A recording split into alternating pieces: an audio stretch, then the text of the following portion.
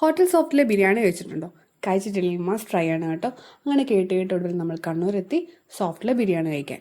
അപ്പം നമ്മൾ സോഫ്റ്റിലെത്തി നല്ല ബിരിയാണിയും നല്ല ബീട്രൂട്ടിൻ്റെ ഒരു അച്ചാർ പോലത്തെ ഒരു സാധനവും പിന്നെ നല്ല സാലഡും കൂടെ വാങ്ങിച്ചു. ബിരിയാണിയൊക്കെ നല്ല ക്വാണ്ടിറ്റി വൈസൊക്കെ നന്നായി ഉണ്ടായിരുന്നു. ഒരു ഫുള്ളും ഒരു ഹാഫുമാണ് വാങ്ങിച്ചത്. നല്ല ചൂട് ബിരിയാണി ആയിരുന്നു. ചിക്കനൊക്കെ ഭയങ്കര സോഫ്റ്റാണ്. ദം സ്റ്റൈലിലായിരുന്നു കേട്ടോ ബിരിയാണി. നല്ല ഫ്ലേവറൊക്കെ ഉണ്ടായിരുന്നു. സാധാരണ ദം ബിരിയാണി എനിക്ക് അത്ര ഇഷ്ടമല്ല, പക്ഷേ ഇത് അടിപൊളിയായിരുന്നു. നല്ല ഫ്ലേവറൊക്കെ ഉണ്ടായിരുന്നു. ചിക്കനൊക്കെ ഭയങ്കര സോഫ്റ്റായിരുന്നു. ഏറ്റവും കൂടുതൽ എടുത്തു പറയേണ്ടത് ആ ബീട്രൂട്ടിൻ്റെ പിക്കിൾ പോലത്തെ സാധനമാണ് കേട്ടോ. അത് അടിപൊളിയായിരുന്നു. ആ റൈസിൻ്റെ ഫ്ലേവറിൻ്റെ കൂടെ അതും കൂടെ കഴിക്കുമ്പം നല്ലൊരു ബാലൻസ്ഡ് ആയിട്ടുള്ള ഫീല്, അടിപൊളി ടേസ്റ്റായിരുന്നു. അപ്പോൾ നിങ്ങൾ കണ്ണൂർ എത്തുവാണെങ്കിൽ എന്തായാലും മസ്റ്റായിട്ട് സോഫ്റ്റ് ഹോട്ടലിലെ ബിരിയാണി ട്രൈ ചെയ്യണം. പിന്നെ ഞങ്ങൾ ട്രൈ ചെയ്തത് കണ്ണൂരിൻ്റെ ഐക്കോണിക് ആയിട്ടുള്ള കണ്ണൂർ കോക്ടെയിലാണ്. അടിപൊളി ടേസ്റ്റായിരുന്നു. പപ്പായയുടെയും ക്യാരറ്റിൻ്റെ ഐസ്ക്രീമിൻ്റെ ഒക്കെ ബ്ലെൻഡഡ് ആയിട്ടുള്ള നല്ലൊരു ടേസ്റ്റ്. അപ്പോൾ നിങ്ങൾ കണ്ണൂർ എത്തുവാണെങ്കിൽ എന്തായാലും സോഫ്റ്റ് ഹോട്ടലിലെ ബിരിയാണിയും പിന്നെ ഈ കണ്ണൂർ കോക്ടെയിലും മസ്റ്റായിട്ടും ട്രൈ ചെയ്യണം.